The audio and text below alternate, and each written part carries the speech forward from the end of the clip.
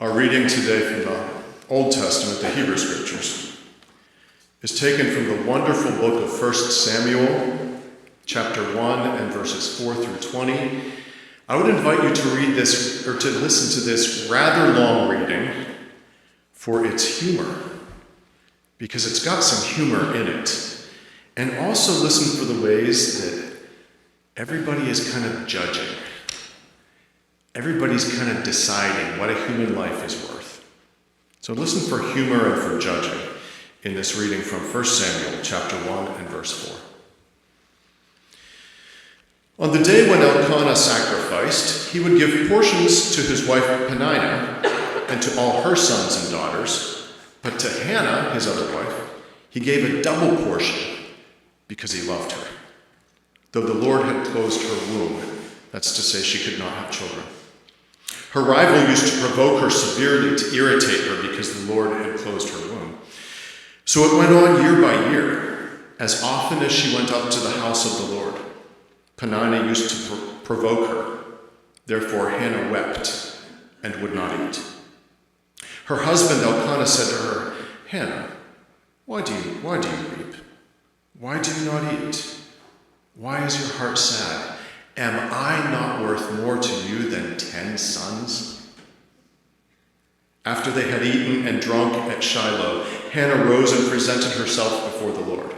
Now Eli the priest was sitting at the seat beside the doorpost of the temple of the Lord.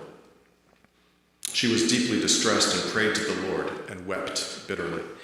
She made this vow, "O Lord of hosts, if only you will look on the misery of your servant and remember me and forget not your servant, but will give to your servant a male child, then I will set him before you as a Nazirite," that's to say a monk, "until the day of his death.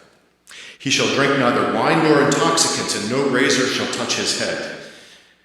As she continued praying before the Lord, Eli the priest observed her, and her mouth moved.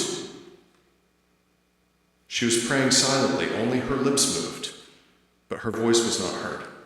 Therefore Eli thought she was drunk. So Eli said to her, "How long will you make a drunken spectacle of yourself? Put away your wine." But Hannah answered, "No, my lord, I am a woman deeply troubled. I have drunk neither wine nor strong drink, but I have been pouring out my soul before the Lord. Do not regard your servant as a worthless woman, for I have been speaking out of my great anxiety and vexation all this time." Then Eli answered, "Go in peace. The God of Israel grant the petition you have made." And she said, "Let your servant find favor in your sight." Then the woman went to her quarters and ate and drank with her husband, and her countenance was no longer sad. They rose early in the morning and worshipped before the Lord, and they went back to their house at Ramah. Elkanah knew his wife Hannah, and the Lord remembered her. In due time Hannah conceived and bore a son. She named him Samuel, for she said, "I have asked the Lord for him." May God bless our understanding this reading from God's holy word, and to God's name be glory and praise. Serious question. What is a life worth? What's a life worth? How do you measure its value? We often hear that human beings are created in God's image, in the divine image, endowed with divine characteristics like, say, freedom, will, goodness, creativity, agency. But what does it really mean to be made in God's image? And do some people get more of God's image than others? Because it sure seems like it sometimes. By what measuring rod, by what metric do you measure the value of a life, human or otherwise? In this curious story from 1 Samuel, which I love, you know I love the Samuels, we see a cast of colorful characters all musing over the worth of one person's life. That one person is poor Hannah. Hannah thinks of herself as less worthy than other women because she never had children. Her loving and slightly silly husband, Elkanah, says, "Don't cry, my dear. Am I not worth more to you than 10 sons?" I mean, you would find some comfort in that, right? All the characters in this story are evaluating Hannah's worth, her human worth, according to the clumsiest of instruments and measuring rods. But that's how we do it, isn't it? We measure the worth of ourselves and others according to the clumsiest standards. Jesus said, "Judge not lest ye be judged," but something in us judges most fiercely and automatically. Some old primordial evolutionary tendency towards self-protection causes us to do a quick scan, a quick assessment of the general worth of pretty much every person we encounter. Are they a threat? Are they an ally? Are they my kind of people? Are they safe? Ponder with me this question of human worth. Long ago, after I had just gotten back from 5 years in Africa and was living right outside New York City, I had my then fiance come up to visit, to see New York. Now, when I was still back in Africa, she and I were not yet engaged, but we maintained a torrid correspondence by paper letter, by aerogram. It took 2 weeks to get an answer. These were in the days when email was just beginning to appear and neither of us had it. Turned out we liked each other better by paper letter than in real life. And we did not get married. Anyhow, she was a devout Catholic, and I was showing her around New York, and she wanted to see St. Paul's Cathedral. And there was an unhoused man standing on the steps with a coffee can begging at the entrance to St. Patrick's Cathedral in New York.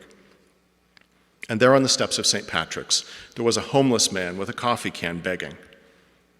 Now me, I never know what to do in such situations, and it was even worse back then. I just got back from 5 years in the African bush. New York had always been strange to me. And so I awkwardly kind of placed myself between my fiance and the homeless man, valiantly and protectively. I think he noticed that. And then I felt the need, as I often do, to say something. And it was something dumb. I said, "Sorry, man, I don't have any change." Oh, do you see what I said wrong there? His face went dark, and he reached into his can and said, "Change, huh? You don't have any change? I'll give you some change. Here's some change." And he threw a handful of coins at me. "Now there's some change. You've got some change." I got his point. Because when I said I don't have any change, it was as if I was saying, "You're not worth folding money. You're not worth, any of the bigger denominations. But if I had a few pennies, I'd give them to you." I didn't mean to say it that way, but I did. And since I said it that way, I must have been thinking something along those lines. And in that odd circumstance, I was literally assessing a person's value in dollars and cents, according to monetary denominations. He was only worthy of nickels and dimes and quarters at least. He certainly wasn't worthy of fivers or tens. That's the message I was putting out there. It's not just human life that we're forever judging and ranking. It's other forms of life. I mean, a China rose is worth more than a nettle or a milkweed. The philosopher Friedrich Nietzsche points out that we approve of killing cockroaches, but we do not approve of killing butterflies. Why? Because one is ugly and the other is beautiful. Their diets are pretty much the same, if you think about it, or if you look at some of the stuff butterflies eat. But one of them gives us pleasure, and the other makes us shudder. And that's where we find every single character in this wonderful story of Hannah in 1 Samuel. Everyone is judging Hannah according to what they think she's worth, including herself. That's what I love about the Samuels. They have such real characters, and they're so flawed, and they're so believable. There's even a trace of humor. Did you catch any humor in that reading? Oh, come on. The priest thinks she's drunk. The husband says, I am worth more than 10 sons. Elkanah has 2 wives. The younger one, Peninnah, has given him children and sons.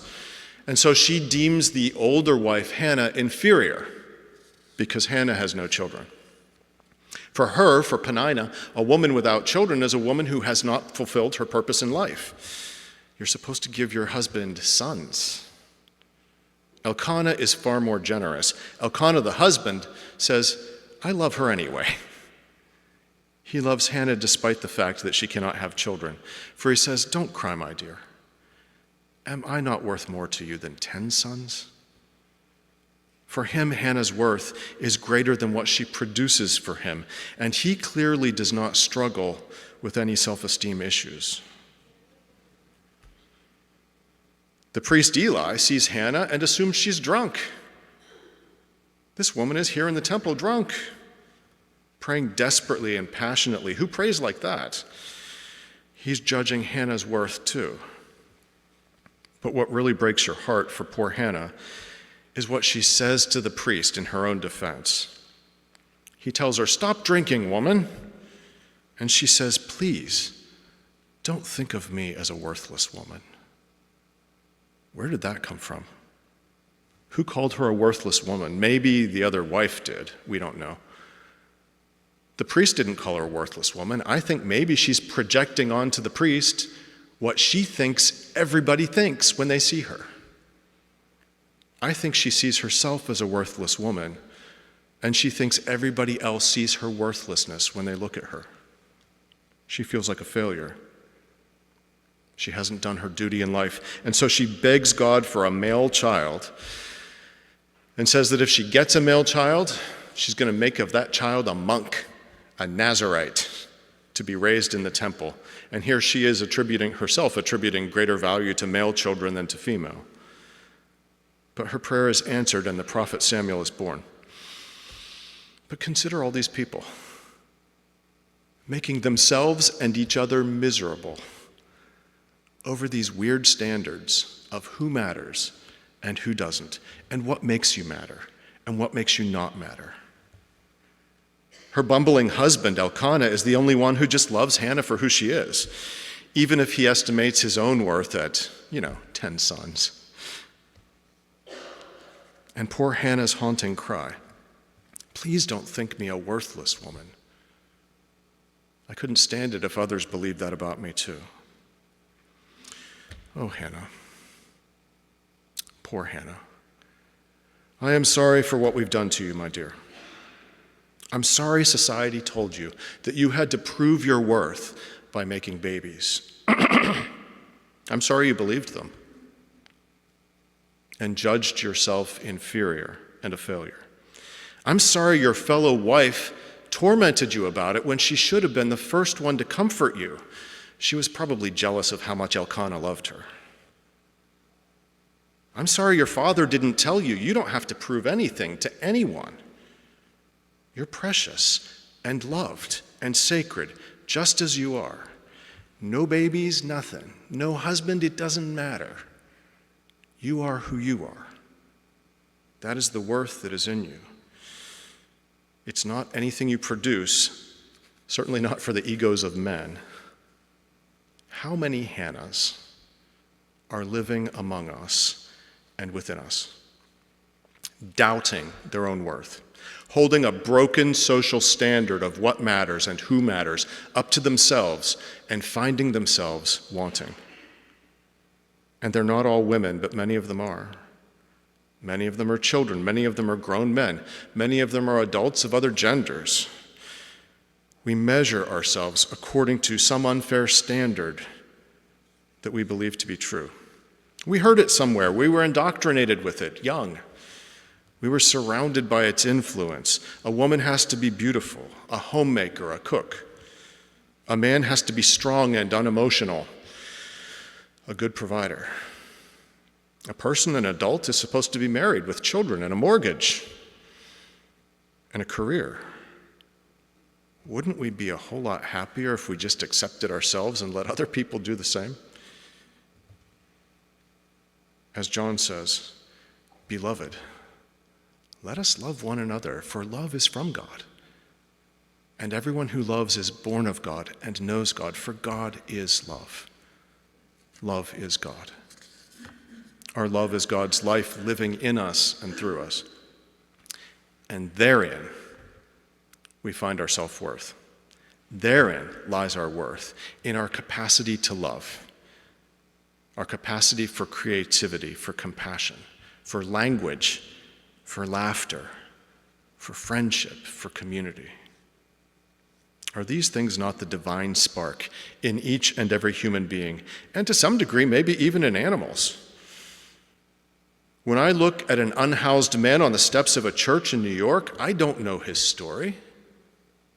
I don't know what he lives with every day. I don't know how he came to such a station in life, or what beliefs or memories or hopes make up his inner life. All I know is that he's homeless and he looks a little scary.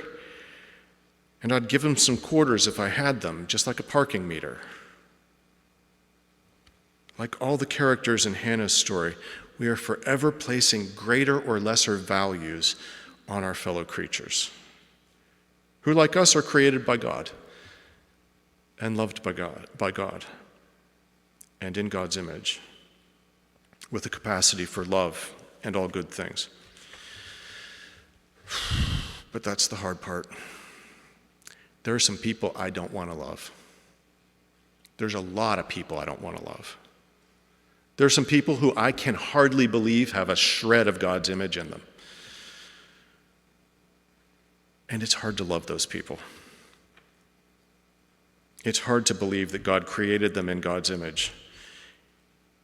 It's hard to believe that God's image is in some of them, but this is the hard truth of the gospel, and the gospel always contains a hard truth. And so we must believe it, that they too contain a piece of the life of God in themselves. Believe it we must, and live like it we must. We must see the divine life in every life, even or especially in the ones that we do not like. Maybe, if we do this, just maybe, if we treat the most unloving people like the vessels of the life of God that they are, then they will start to feel that holy image waking up in themselves, stirring, awakening them to their own human worth, and claiming it and living into it. It's not so far-fetched. We've seen lots of movies about this, where an ornery person was treated with love and then became loving. We've maybe even seen it in real life. Isn't that what it takes to claim our best humanity sometimes? Doesn't it take someone else seeing it and naming it for us? Aren't we better able to love ourselves when someone else shows us that we're worthy of love? Oh, how our world needs models in these times. Models of humility, models of acceptance, models of tolerance and toleration, models of self-acceptance, models of forgiveness, kindness, grace. I might go so far as to say that most of the people we know are judging themselves and others by destructive and unfair standards. Sure. So here's what we have to do. We have to go out that door, or whatever door. We have to go out a door and help the people that we encounter to see the divine life in themselves. For just like Hannah, they can't see it without a little bit of help. All they see is some weird arbitrary rules for how they're supposed to be and who they're supposed to be. You and I, we've got to return to our daily worlds and treat people like the vessels of the life of God that they are. This means every interaction with every person who crosses our path or who snores beside us every night. Listen when they talk. Look them in the eye. Think before we speak. Treat them with kindness and dignity and respect, and try to really see inside of them. And if enough of us do enough of that to others, then maybe they'll start doing it to themselves and to others in turn. We've got to remind people that God lives in us all, that we belong to each other, that we belong to God, and that we all participate in this life called God. And here's the harder part. In order for you to do that to somebody else, you've got to do it to yourself. You've got to be able to believe that you are worthy and that God's life lives in you. That might be the harder part. It's heartbreaking to think of poor Hannah weeping in the temple because she couldn't be the thing that society told her she had to be, a mother. Don't think I'm a worthless woman, she says. By what arbitrary, cruel standard are you measuring yourself? It's a lie, you know. Your worth does not rely on what you produce or what you do or even how many people love you. Your worth is in the fact that God loved you and wished you into being and invested you with the love and the life and all the good things that make God into who God is.